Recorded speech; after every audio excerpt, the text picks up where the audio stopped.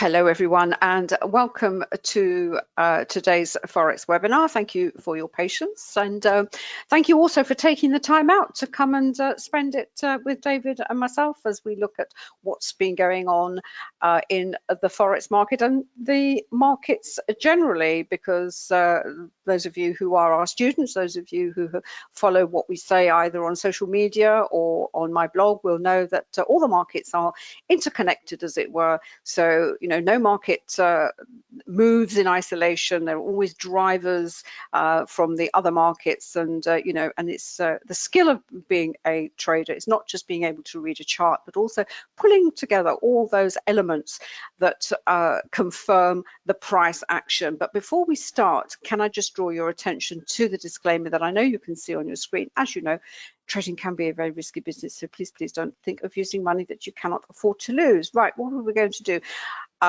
What I said earlier about all the different elements that help drive the price action in terms of chart analysis, technical analysis, we use the principles of a volume price analysis, which is price action and volume, but it also includes three other elements as well, which is candles, candle patterns, and support and resistance. And those of you who come along regularly, who've done the program as well, will know that this is really the key. What brings it all together, as it were. And we're going to be looking a little bit more at support and resistance and how it is not measured, that's the wrong word, but why are certain areas on the chart more important than others, and who are they important to? And because when price reaches those regions, that particular price point, what then happens? What is the reaction that causes in the market? And what VPA does, it will actually confirm to you whether that is a genuine reaction. So is it going to get are we going to get a reversal, or are we going to get a continuation of the trend? So that's what VPA does. And as I said earlier, the drivers for the markets are many. And in Forex, you have the driver, which is, I suppose, comes under the umbrella term of sentiment. And by that I mean risk on and risk off. How much risk appetite do market participants have? And that is reflected in certain currencies and currency pairs. And you can read about much of what I have said in the books that are up on Amazon. This is a little schematic which really sort of puts together this whole VPA concept, if you like. VPA is your foundation. It's where you start. It's where you put all these elements together, and then you overlay that with indicators, standard indicators. Some of you have our proprietary indicators that we've developed specifically to support the methodology. And as I said, the ones for Forex are very, very particular, because Forex possibly more than other markets, that levels are hugely important. And it's because the way the market functions. The market is there's no central exchange for Forex. It's what's called an over-the-counter market. But the organizations, the people who run this market are the institutional banks. They make the market. Now, they don't make the market in the sense that they are there exchanging huge sums of money for trade for all sorts of reasons. So they have levels, if you like. They have an exchange rate that they possibly agreed with a big client, say like, I don't know, Honda or Siemens or one of these multinational companies. So client walks in, they need to exchange vast sums of either dollars, yen, be that as it may, and they agree an exchange rate with their client. Now, what they also do is they charge for that privilege, but they also, in making the market, they will then drive the price one way or another, so that they will also make a markup on it, I suppose you could say. So levels in a foreign exchange are hugely important. And if you like what David and I say, that's what you can you can summarize this market into levels and flow. The flow is the individual currency and currency pairs to those levels where, you know, they will then reverse or they will carry on in the original direction. So this is why we develop these particular indicators. We start with our currency strength indicator, which breaks the market into the individual currencies, and then we have the currency pairs, the relative strength and weakness of these pairs. We have the matrix, the currency array, and the currency heat map, which looks at it in multiple time frames. And you've heard me mention the program. This is detail of the Forex program. I can actually give you a little peek inside the program, those of you who have not come across it before.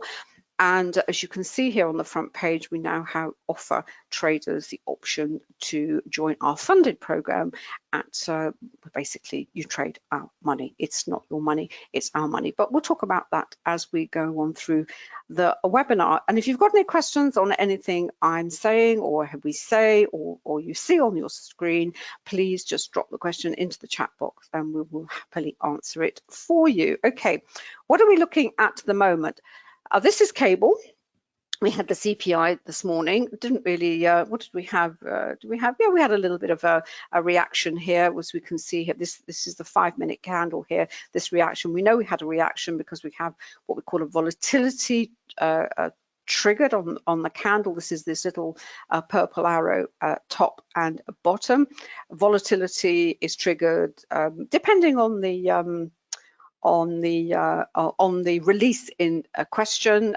It's also a great excuse for the insiders to trap traders on the wrong side of the market.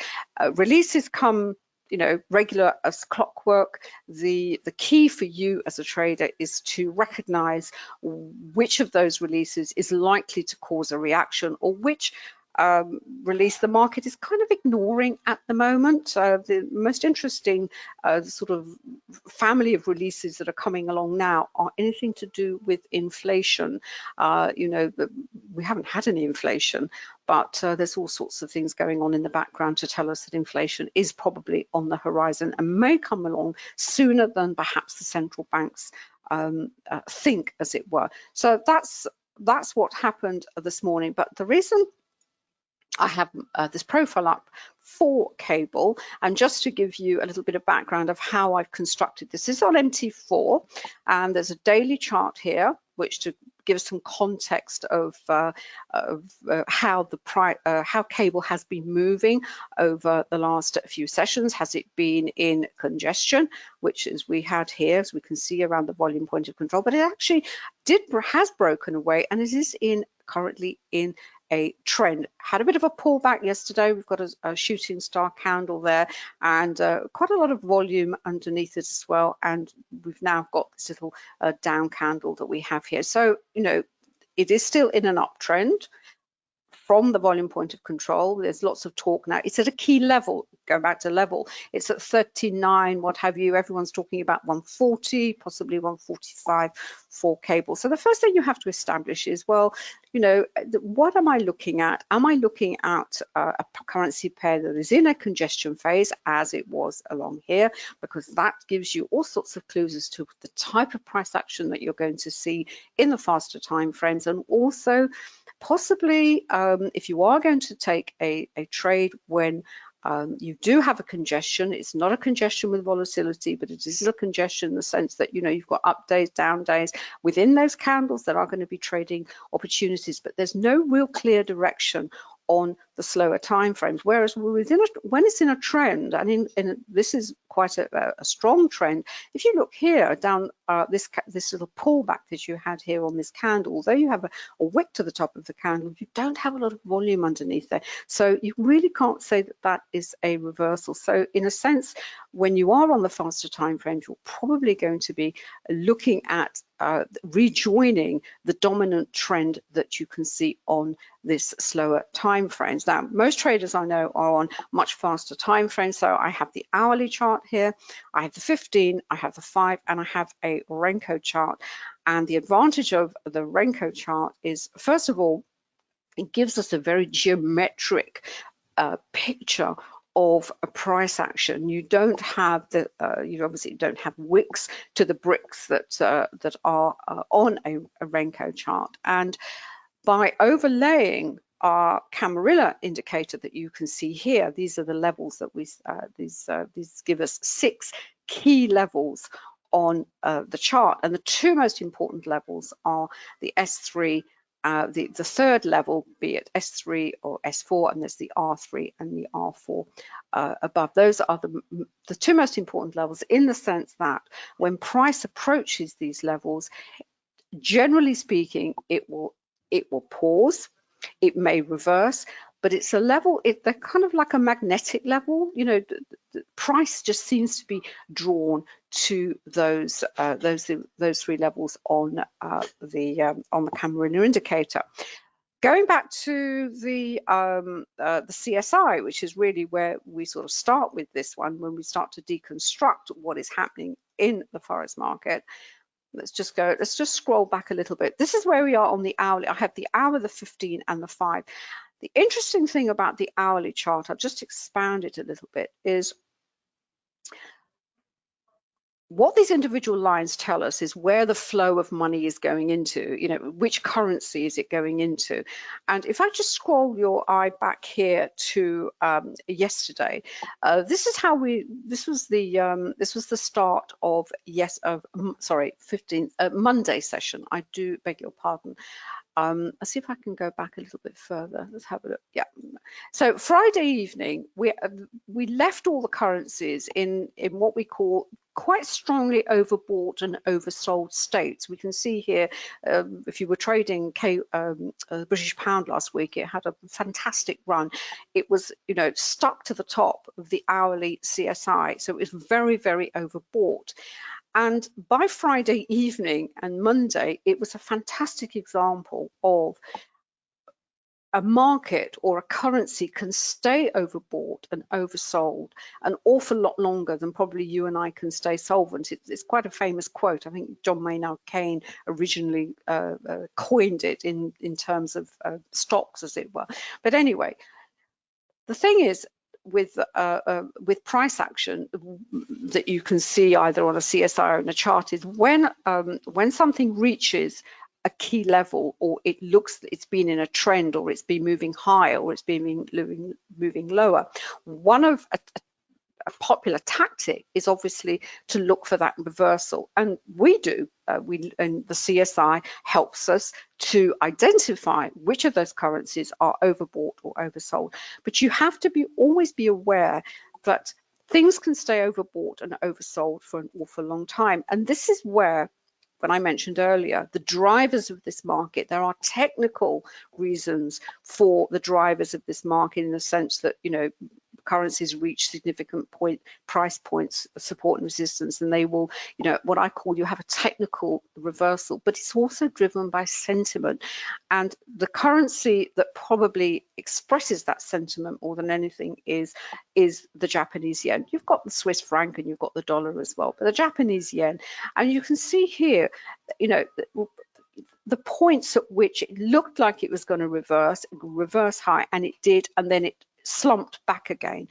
And this is where you would look at other markets to help you identify whether you may see a technical reversal on the chart, and this little bit of a pullback here and this little bit of a pullback here on a faster chart may have elicited a tradable opportunity, call it that. But generally speaking, the dominant trend for the yen was still a huge sell, and it's partly connected to the fact that the Nikkei has now finally got to the point at which it rolled over 30 years ago. That's another story. So did eventually get a rise higher. So these overextensions, they do come to an end. You do get the reversals, but sometimes you have to be a little bit patient, and you have to look at other reasons as to why they may or may not reverse, not just the technical reason.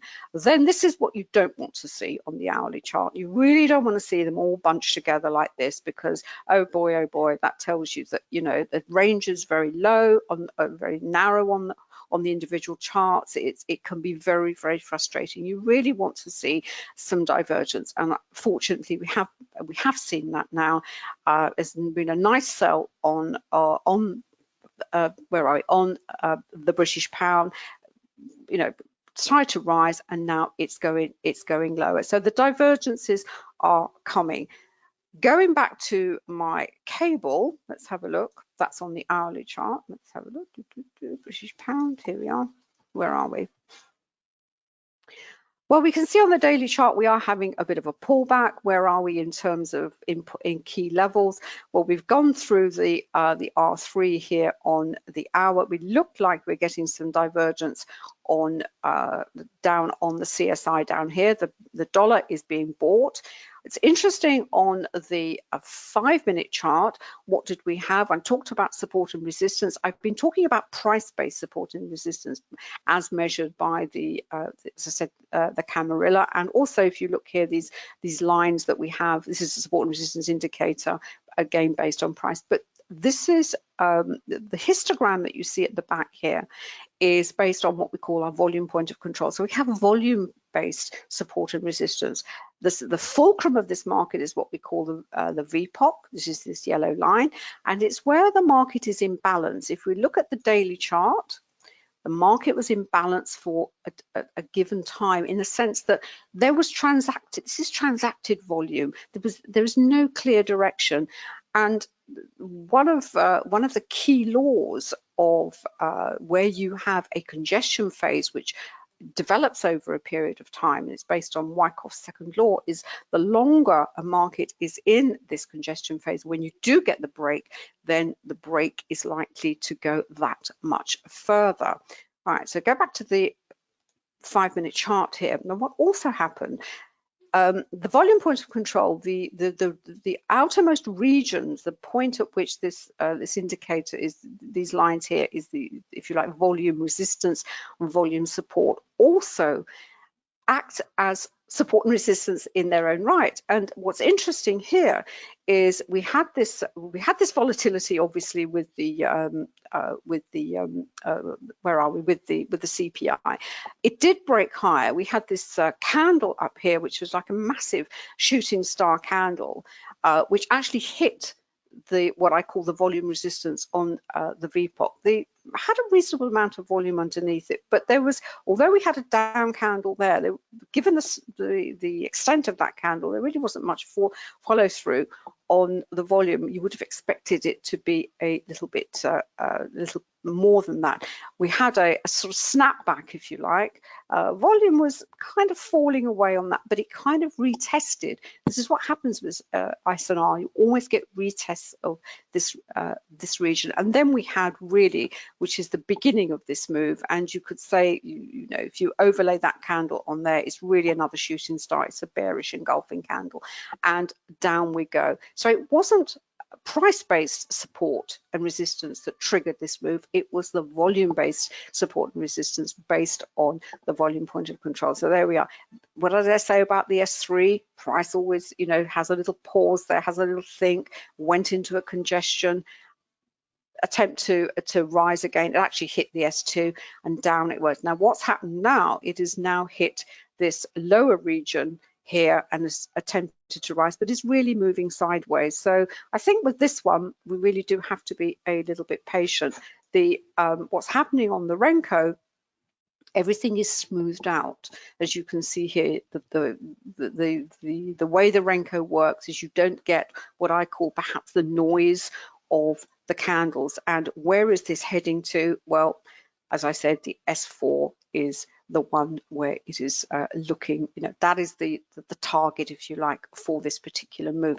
But it depends, again, SNR, what is happening. You have to remember we are in this kind of uptrend on the slower time frames. We also look at the hourly chart. Now the hourly chart is quite important because the levels given on the hourly chart, these are levels that are valid for the rest of this week. It is sort of trying to base at the R1. You get different values on the hour up to the daily. below. They are refreshed every 24 hours, but as I said, these stay here for the rest of this week. I'm just going to keep an eye on cable for the time being. There's no reason, is there any reason to come out of this trade at the moment, given it's, you know, from this point up here? At the moment, it's no. I would say just hold on for I would say hold for a little bit longer. The way we use the Renko is we use it with the trend dots and the trend monitor. Have a look at what are the lines of the CSI doing, and if they continue to move in parallel, you're going to get more congestion. This is possibly, you know, is there a little turn down on the dollar? You know, you could get a turn down on the dollar, and you could get the pound turning down as well. It's difficult to say at the moment. I think a little bit patient, but we are building into another congestion. But the key level is this one down here, which is 138.60. So we will wait there and see. Now, I will talk, there are a couple of other things I want to talk about as support and resistance, not just from a chart base, but levels that are, you can find other sources. And one of them is, we mentioned in our program, we talk about the option expiries. I had an email from one of our students about it. So I think if I explain it here in a little bit more detail, then I can send the link to the webinar to that student and you can understand it as well.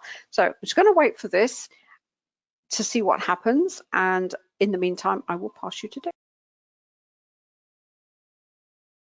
Hi everybody, hope you can hear me okay, loud and clear, and you can see my screen. Brilliant, lovely jubbly.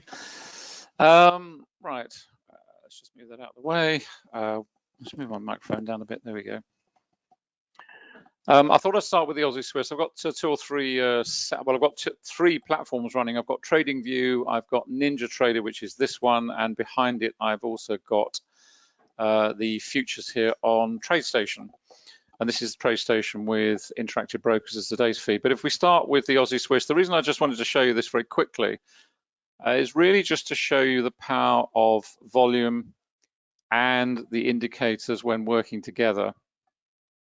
Now this is 8 o'clock UK time, so we know we can compare volume through this section. This is where we are, 7 o'clock, we're on a 15-minute time frame for the Aussie Swiss. This is 7 o'clock, this is when European markets open for us, and then we're into London at 8 o'clock. And what we actually saw initially at the open was quite interesting. We had relatively low volume, in fact less so than we'd seen in the European session. We then come through to this candle, huge amount of volume coming in. Market's not going anywhere, so it's pretty weak. It's very simple, effort and result. So if you've got a lot of effort going in, you should expect a big result. If you've got a small amount of effort in, you should expect a small result. The analogy I often use is the one of a car driving up an icy mountainside, and you get to a stage where it's getting steeper and steeper. You're applying more and more power to the gas, the accelerator, and eventually you will get to a point when the wheels are just spinning and the car is not actually moving forward. And that is basically what's going on here. You've got a ton of effort going in under this candle, and the price action has gone virtually nowhere. That's a warning flag that something is amiss, because all things being equal, that amount of volume should have resulted in a huge up candle, and it hasn't. So the question is why? It's anomalous, it's a red flag. Next one, fine, doesn't tell you a great deal. Market's trying to rally, still decent volume under there, but less than the previous one. And then you really get the classic, this is a classic trap move. It couldn't be clearer. It's very, very straightforward. What do we get? First of all, we get the volatility. Now you can imagine this is a 50-minute time frame. At this point, the price action will be moving rapidly, goes through the low volume node here pretty swiftly, which is what you expect, but then it rises very dramatically. And in that period, we've gained what we've gone from 37, 38 up to 52. So 16, 17 pips, whatever it is, that will be fast moving. The volatility will have triggered on it as soon as we went through the average true range, which is probably about, I don't know, here somewhere. So what you would have seen was fast moving price action, a volatility trigger giving you a signal that we're outside the average true range. It's a warning flag. And then you look at the volume. And you only have to compare this volume with this to instantly tell you that this is a trap move. Why is it a trap move? because if it's taken that amount of effort to get through that little amount of price action, how has the price managed to move that far on this amount? In other words, 2/3 of this. It's just a classic trap move for two reasons. First of all, the volume is telling you, it's telling you the market makers are not participating. They're literally jacking the price up. They're not participating themselves, going to move it rapidly, and they're going to trap you into a weak position, which is precisely what they do. But that's also triggered through the volatility trigger here. As soon as that appears, it works on average true range. And all volatility is just a compression of time. It's nothing else. It's nothing particularly clever. It's just a compression of time, because if you imagine this particular piece of price action being split up over what it should be, let's say it's 4 candles, so chop it up into 4.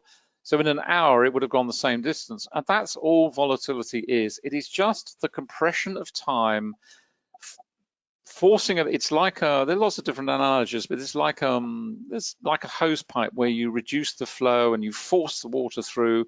It's that sort of analogy that you have to think of, and that's all it is, just compression of time. But you can see through the volume associated with it. It's a classic trap move. What do we get? Weakness coming in, weakness, down we go, nice easy move lower. Now we've got a volatility trigger to the downside. What are we expecting? Moves come to an end. If you've taken pips out of here, what I would suggest at this point is you close out. Why? Because do you want to sit through congestion or possibly a reversal? You have to wait. We're in congestion. We're just going to wait and see and sit it out and see what happens. So you've taken that is a low risk trading proposition, because it was signaled here with the first red flag, and then it's signaled here with the second one. So it's a low risk opportunity. It's as simple as that. Now, in addition to that, at the same time, if we go over here onto the currency strength indicator, which is on 15 minutes as well, so it's pretty much aligned. The Swiss franc was down here, the green line. The Aussie was up at the top here. So if you're like me, and I'm sure many of you know what I'm going to say, but I always look to reversals. I'm really not interested in jumping in a trend because I've missed half of it anyway. So I'm just not interested. I'm always looking for reversal opportunities because I like to get in early. I get in early, I pay a higher price for that. My ticket of entry is higher because I have to set wider stop losses to allow for any buffering, any congestion that goes on in those overbought and oversold regions. In this case, it came off pretty swiftly. It just jerked up and the Aussie followed it down. So you've got a perfect momentum trade from overbought and oversold, where you've got strong selling of the Aussie and strong buying of the Swiss franc on this particular time frame. They're now getting to a cross point. Some traders may look at that as an opportunity to get into that particular position. As I say, I'm always looking, it's down to you. And one of the things we say in the education program is the place that we start. In fact, I've got it, I think I've got it over here somewhere, probably on that one. There we go. The module we always say recommend our students to start with is the psychology of trading module, because and we get the odd grumble or two, and now I want to get on to the the more exciting stuff and all the rest of it. But the reason we suggest you start there and urge you to start there is for the simple reason that in understanding yourself, you will then have a much greater chance of success in this business. You have to find out what suits you.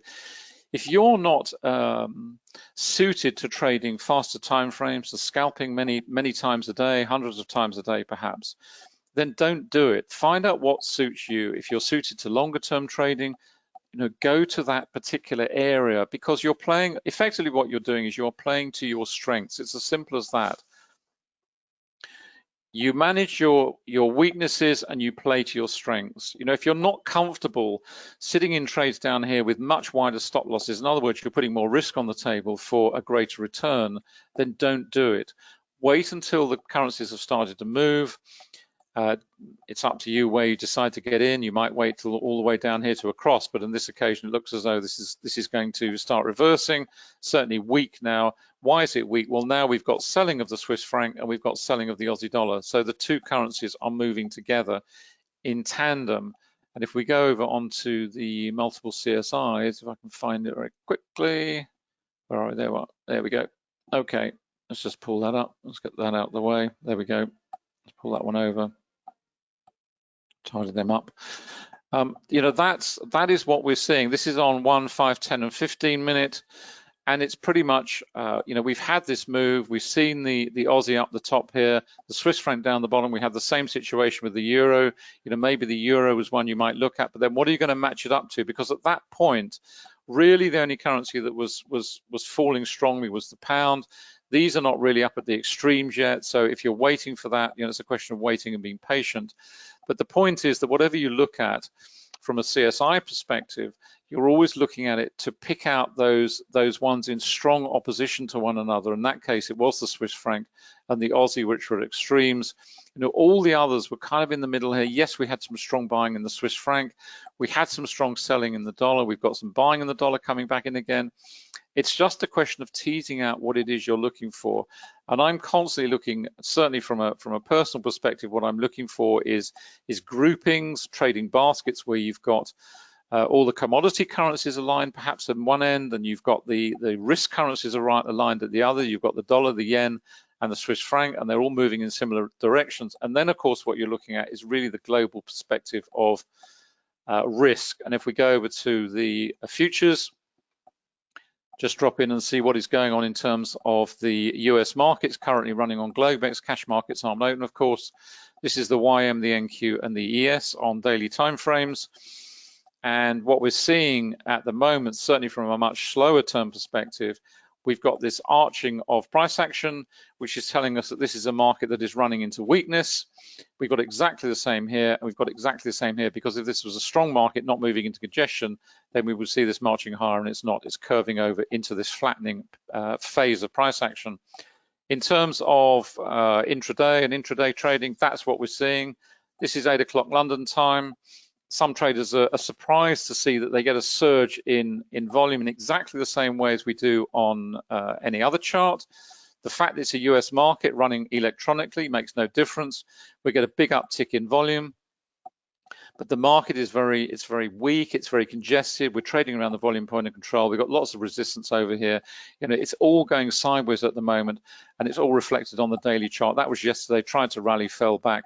You know, that is what we're seeing right now. So in terms of risk sentiment, it's pretty weak. It doesn't mean you can't trade it on intraday basis, but certainly from a longer term perspective, it's pretty weak. I have to say, we've been holding positions on a whole basket of yen pairs for a long time. Long, I have to say.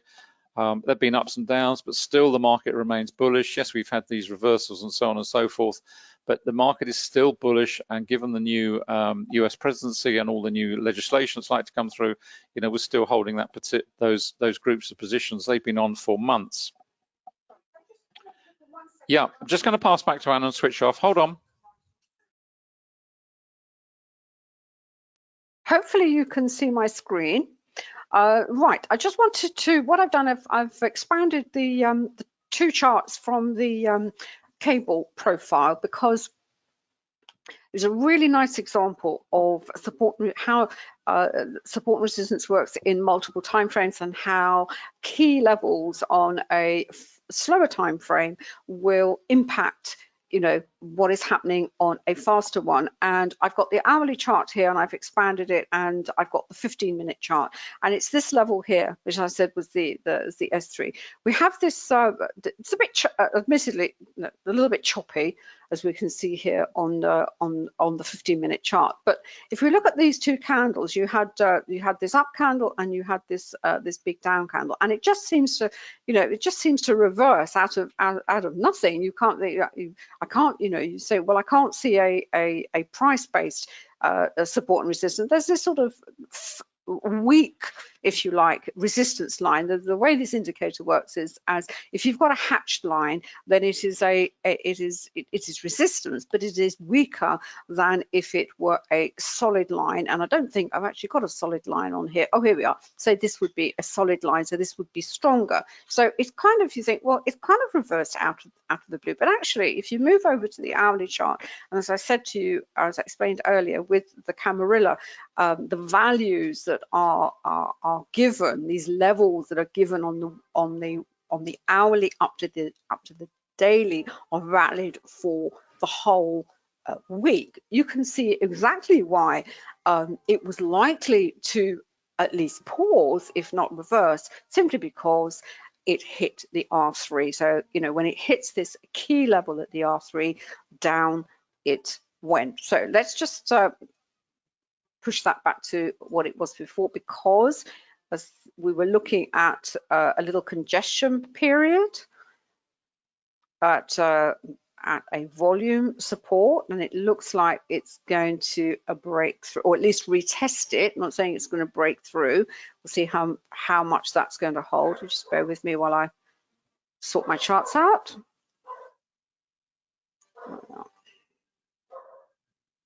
There we are. Let's have a look what's happening here.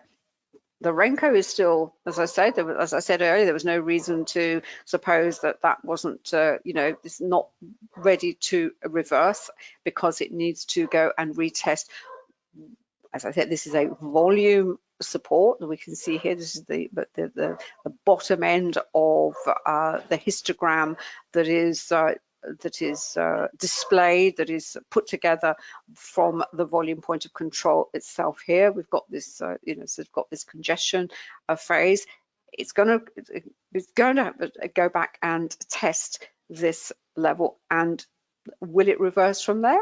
Quite possibly. We will simply have to wait and see.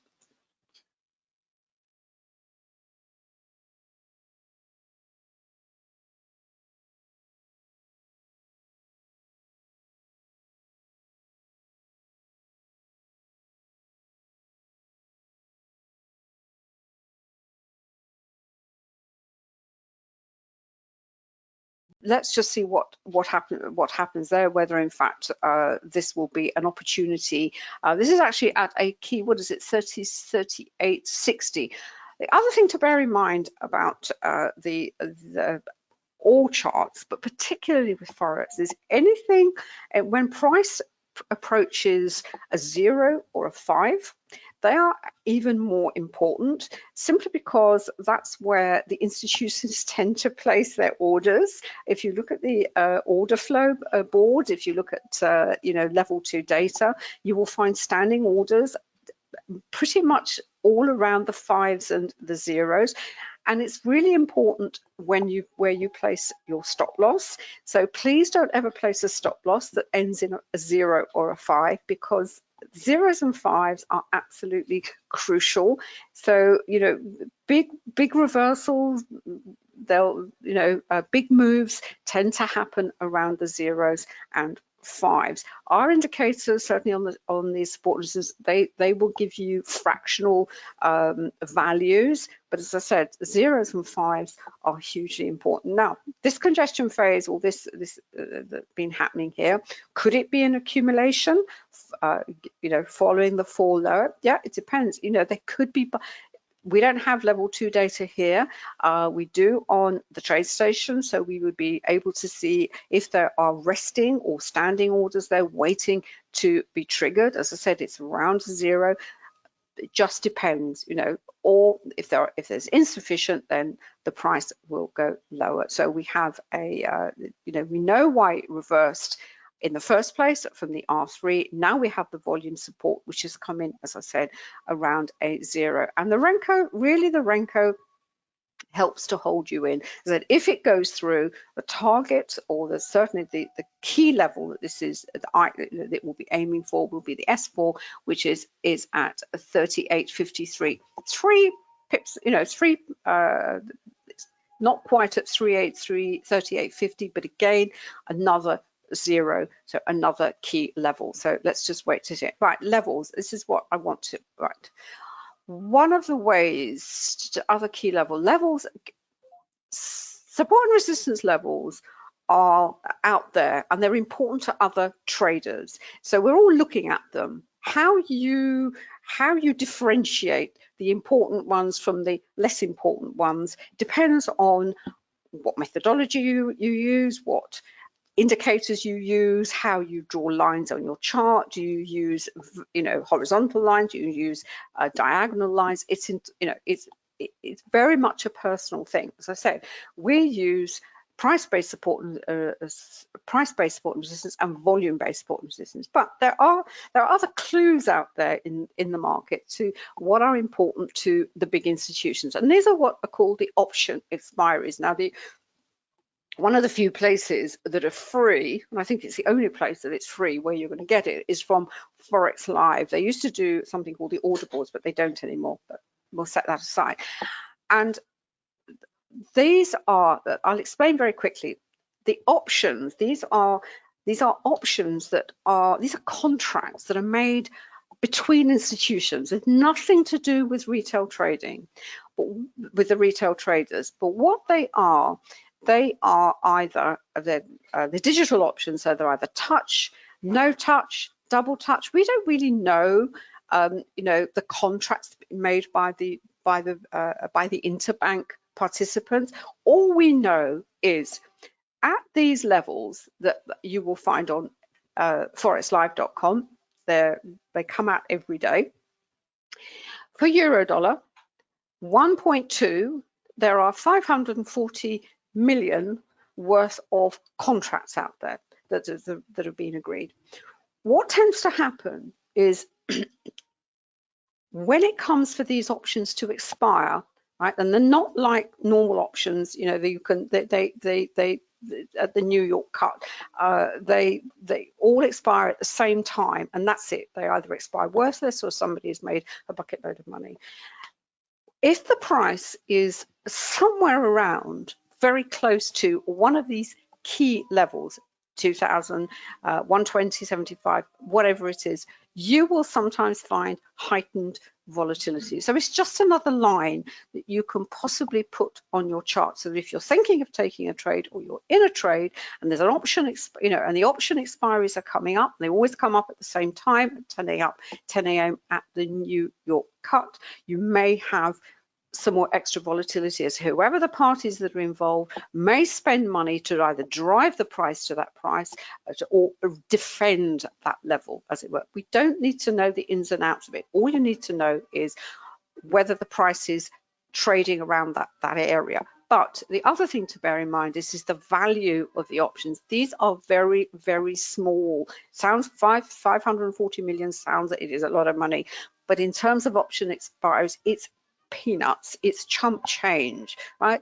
They become interesting for euro dollar when they are in the billions. So when they're in, so the bigger the amount, the closer it is to that level, you may, and the emphasis is on may, you may experience more volatility, and it's always at the same time. But there are these key times in Forex. It's the session crossovers, the London fix, the rollover, the option expiries. These are all points in the trading day when price can do all sorts of gyrations, and you simply have to be aware of that. So that's my answer to that one. I'm going to pass back to David. Finish up, David. Yeah, I was going to show you a little peek behind the there we are, the program. Those of you obviously who are in the program will know this, will know the back end very, very well. The way the program has been designed, I think David actually told me it's about nearly between 250 and 300 hours. There's, you know, over 400 lessons. It's a huge amount. You know, it can seem a bit overwhelming, but what we try to do is we try to make the learning of it as comfortable as we can. And certainly the videos that are that accompany all the modules, they're not voiced over.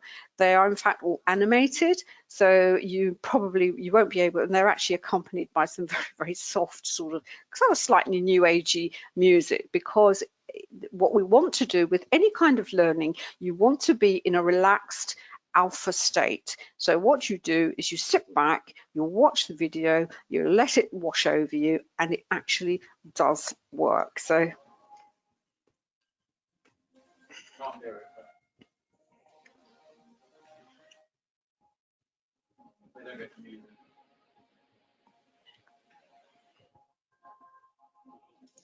right, that's just a little. You won't have heard the accompanying music. You can, of course, turn it off if it annoys you. As I said, and we think there's everything that you need to know to become a consistent Forex trader. Right.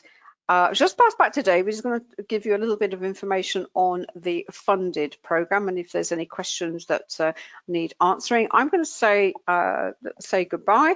We have another webinar coming up later where we're going to be looking at stock trading. I should say, by the way, you know, the VPA methodology and everything that we talk about to do with Forex is really transferable to other markets. So even if you start, we have a number of students who have started with Forex but have actually moved to futures and have just moved on to other markets because it is such a core methodology. So as I said, although, you know, obviously we're looking at the Forex market, but everything you see here and we talk about in terms of sentiment, in terms of the bond market, in terms of the stock market, all these markets are interconnected. And just final look at what's happening with cable. What's happening? Let's have a look. Oh, it's still testing. As it comes, no, it has actually gone. Has it gone through? Yeah, 38.60. Now going back to, yeah, so it's pushing lower. And looking at the CSI, I think it's probably been driven by. Is there quite a lot of dollar buying at the moment? I mean, normally I have I got the dollar index up here at the moment. I do actually have the dollar index up, and there's a pound index as well. That would help you to monitor what is going on. But it's really the Renko chart, and it's getting ever much closer. In fact, I know, I don't, you know, I know this is what will happen. Once it gets to the S4, we will probably, I know we will get a pause, and it's probably a good time to take some profit. Hopefully you can hear me again and see my screen. You see my screen okay? Oh, right. You say yeah, can you hear me okay? Yes, I can. Yeah. Okay, fine. Yeah, okay. There we go. I just thought I'd drop onto the, I've got, as I say, I've got 2 or 3 platforms here. I've just gone on to the futures. This is on, as I say, this is on Tradestation, driven by the interactive brokers feed. And this is purely futures. And what I've got down here on the left-hand side, I've got the 6A, the 6B, the 6C, the 6E, and the 6N. So basically got Aussie dollar, pound dollar, CAD dollar, not dollar CAD. This is inverse on futures, remember. So this is CAD dollar, this is Euro dollar, and this is New Zealand dollar. And over here, I've got the 6S, which is not dollar Swiss, it's Swiss dollar. So it's always the inverse. And the beauty of it is, I've got these on radar screen. This is the trend monitor, and this is the trends, and I've got the volatility. So they're working on radar screen. I've got multiple time frames, 1 through to 15 minute. I've got the charts linked, so I've got symbol and interval linking here, and I've got that reflected over here. So I can literally go up and down the columns here. I can pull off any time frame I like, quickly have a whiz at it. But in addition to that, the beauty of it is that you will see instantly when volatilities are triggered, for example. So if I were to go here at the 1 minute on the 6B, I can see I've got a volatility trigger.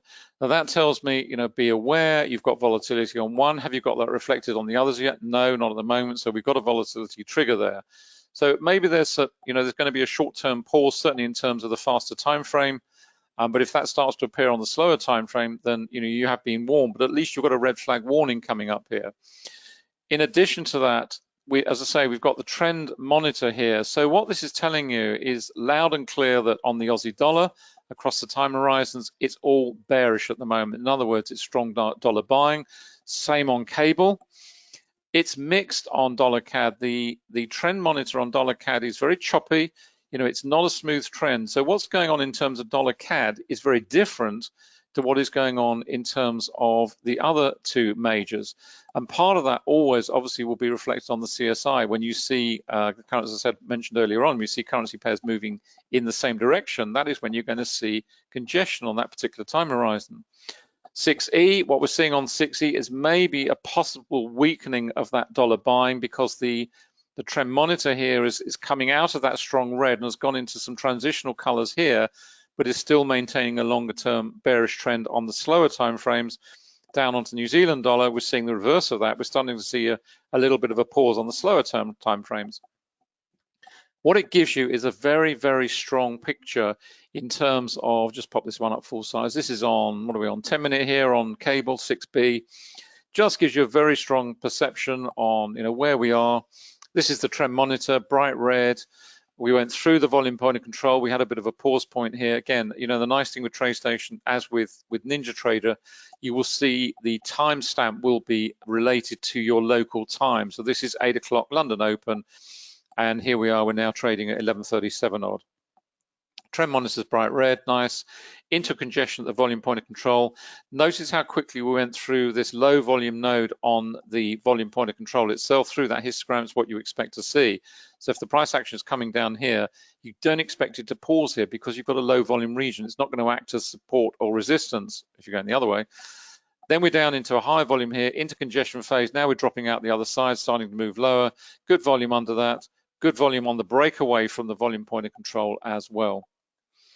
So that's really just a quick whiz round on, and you can see we've got you know, other volatility triggers now starting to appear. We've got one up here in terms of the Aussie dollar on the 1 minute time frame. It's just a very powerful and visual way, and it works exactly the same way. I happen to have it here on currency futures, which this is Tradestation 9.5, which is driven by the interactive brokers account. And what it gives you is the opportunity to trade futures using the Tradestation tools and indicators, but it allows you to trade Forex through the platform using interactive brokers. If you have an interactive brokers account, it's a great way to hook it through to Tradestation, and then you have the benefit of, first of all, a great charting platform, but secondly, a very deep discount brokerage to trade through as well. You can trade all the markets, obviously not just currency futures and spot futures and everything else. Let's just pull this over. This is on Trading View. Just wanted to show you this very quickly. This is where we are in terms of development. I've got this is on 5 minute on this side. I've got the currency array. And what you're seeing here is you're seeing that strength. And what the currency array gives you is a visual picture on where is the strongest trend, because it's not always the case that obviously every trend isn't going to be as strong as in every other currency pair. We can see here in terms of, you may recall going back to the interactive, to the Tradestation futures window, I said the dollar CAD was a little bit choppy, and that you can see it here reflected on the currency array. It's by far not the strongest trend. It's pretty weak, in fact. Yes, you've got some dollar buying in there, but it's not particularly strong. The same is true of the yen. The dollar Swiss, on the other hand, you've got much stronger buying of the dollar because you had that selling of Swiss franc. But then down at the other extreme, you can see down here, these are the ones that are very strong at the moment, the Aussie, the pound, New Zealand, all stacked up at the moment in terms of the 5 minute time horizon. So this is all working great. We've literally just rolled this out, but all of these are not going to be available. For those of you who have the TradingView platform, you've got the full package, you will get these free of charge. It's just the way we work if you invest in the full package. And that is also applies to any other platform. If you invest in the full package, you get all future indicators we develop free of charge. It just so happens in terms of TradingView that we couldn't develop these at the time. We can now because we have the functionality we needed in PineScript to actually create these indicators and mirror exactly the same ones we have on MT45, on NinjaTrader, and also on Tradestation itself. So we're absolutely delighted. These are just the beta versions. We're just testing them in full mode. So this is the currency array. This is the currency matrix. This is the new feature we've added on currency matrix, which is to give you a heads up as to, let's just pull this over a little bit. Okay, there we go. Just to give you a heads up on the numbers at the top of the matrix. The matrix works very close to the market, and it gives you a view not only in terms of which currency pairs are moving most strongly and in which direction, but also the sentiment in the same way as the currency array does. If you isolate out in terms of, well, the dollars we have here, what you want to see as a, let's call it a full house, if you will. In other words, the flow of sentiment is universal. Then you want to see the dollar CAD, the dollar yen, and the dollar Swiss continuing to march up to the top here. And you want to see the euro dollar marching down and these all extending further. And then you have a full complement. In other words, the buying or selling of the dollar, in this case, it's the buying of the dollar, is universal across the dollar complex. So if you're trading a dollar pair, you are trading with the universal flow of sentiment. You're not trying to paddle your canoe against a raging torrent that's coming in your direction. There are occasions to do that, and they're driven by generally local politics or local fundamental news or whatever it is. But generally speaking, what you're looking to do is to try and trade with the universal flow of sentiment, not against it, because it's a lower risk proposition on the trade. If everyone else is buying the dollar, then it's fairly sensible that you should be joining them at this particular juncture. And the same is true on the matrix. But what we've also added on here is this function here, which gives you an idea of all-time high and also the average. So when these currency pairs are getting up to these levels, this number actually means something now. So 15, where we are, 14.4, 14.5. We know that the average is 17, and we know the all-time high is around 22. So you can infer that it's not at an overbought condition, if you like, for the particular currency pair. And the same that is true at the bottom here. We had 19.7, average 24.5, all-time low 33.1. So there's quite a lot of headroom there in terms of travel for that particular pair. And it's exactly the same. You can think of it in terms of the currency strength indicator, where you've got the overbought and oversold regions, which give you they give you a benchmark in terms of where a currency pair, is likely to reach this overbought state up here, or to come into an oversold condition down at the bottom. Let's just finally wrap up. Let's have a quick look at these CSIs, see where we are, multiple time frames. There we go. No, doesn't want to know for whatever reason. Let's just go on to just to wrap up very quickly where all the bits and pieces are. This is the quantum trading education program Anna mentioned earlier and showed you the back end of that. I showed you the psychology module, but there's a whole raft of modules here. You've got the fundamental, you've got relational, technical, mechanics of trading, and then you have all these videos below as well. 450 lessons, I think it is, huge number of videos.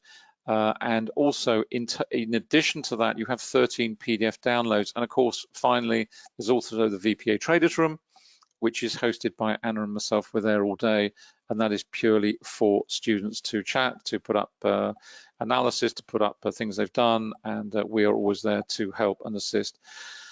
And in the last few months, we've added the funded Forex program, and it's been hugely successful. We've had a big take-up of it. You're trading our money. You're not trading anyone else's. You're trading our money. It's no risk to you. You start with what we call an evaluation account, either at $5,000, $10,000, or $15,000. We set a very achievable target for you. We give you time to do that. You can trade any style of trading you like, only on the currency pairs at this level, the 28 currency pairs. And of course, you expect there are risk and money management rules involved. But essentially what you're doing at that level, you're proving to yourself and to us that you can actually trade consistently at that base level. Once you've done that, you then move up to the portfolio manager's level. We multiply the trading capital by 4. So if you start, and you can start with a 5, 10, or 15K account, that's your choice. You decide where you want to start. We multiply it by 4. So if you're on a 15K account, it takes you up to 60,000. So you then have a 60,000 account to trade. We then start repaying you or repatriating profits back to you on a monthly basis. You do earn profits on the evaluation stage. We pay that in a lump sum at the end of the evaluation period. Once you start on the portfolio manager stage, we pay those profits to you that you make monthly. So you're earning a monthly income off your own efforts. And we then double the account thereafter. So if you're on 60, it comes 120, 240, 480, right the way through to $1 million. The profit return is 50% on the portfolio manager level, and we wind that up to 60% once you hit the $1 million trader level at the top of the tree. As I say, no risk to you. There's a one-off fee to join. It is only available for students, and it's there for the simple reason that we wanted to give our students the opportunity to leverage their knowledge. Once you've been through the program, you understand how to trade Forex, you've developed your trading approach, you develop your consistency, then it's time to put it into practice with some big money. And that's what we've put it in place for, because you can then take your knowledge and you can start earning in a low risk way using our money, not your money, our money. It's as simple as that. You keep your money for your own trading account and you trade our money in its place. So that's the Forex program. All the indications, you'll find them here at quantumtrading.com, MT45, NinjaTrader 78, TradingView. As I say, at the moment, the TradingView package, I think, is the full package 677. That will go up to 894 as soon as we've developed all these indicators. So it's not a bad time to invest in the full package, because you will get them free of charge, basically. And then Tradestation, we've launched in the last few weeks. You've got 2 versions. You've got 9.5, which is the one I showed you earlier with the IB account, Interactive Brokers, or you have Tradestation 10, which Anna will be showing you this afternoon, which is using the Tradestation feed itself. Fantastic platform. Radar screen is just awesome. It really, really is good. You can buy one, you can buy a basket of, you can buy a few indicators from us. If you, as I say, if you buy the full package, then you will receive all future indicators we develop free of charge. And remember, if you do only buy one indicator, or you've bought some in the past, and you want to move up to a platform, up to a full package, or you want to move to the education program, we always give you a full credit for what you've spent with us. So you never lose out. You will always get a credit. Finally, here we are on Anna's site, annacooling.com. You'll find all the books there on Kindle and in paperback, all the links to all the various sites as well, and the various analysis down there. I love this picture. This is Harley Davidson Hog. We love that stock. Partly for the name, but also partly for the product as well. So we did an analysis on that chart, but I love that picture, it's great. So there we go, hope you've enjoyed today. We will be back at 2:15 this afternoon for a second session. So thanks very much indeed for coming along today. We will see you later on, and if not, enjoy the rest of the trading session for today and the rest of the trading week, and stay safe and stay well. Thank you so much for coming. Bye for now.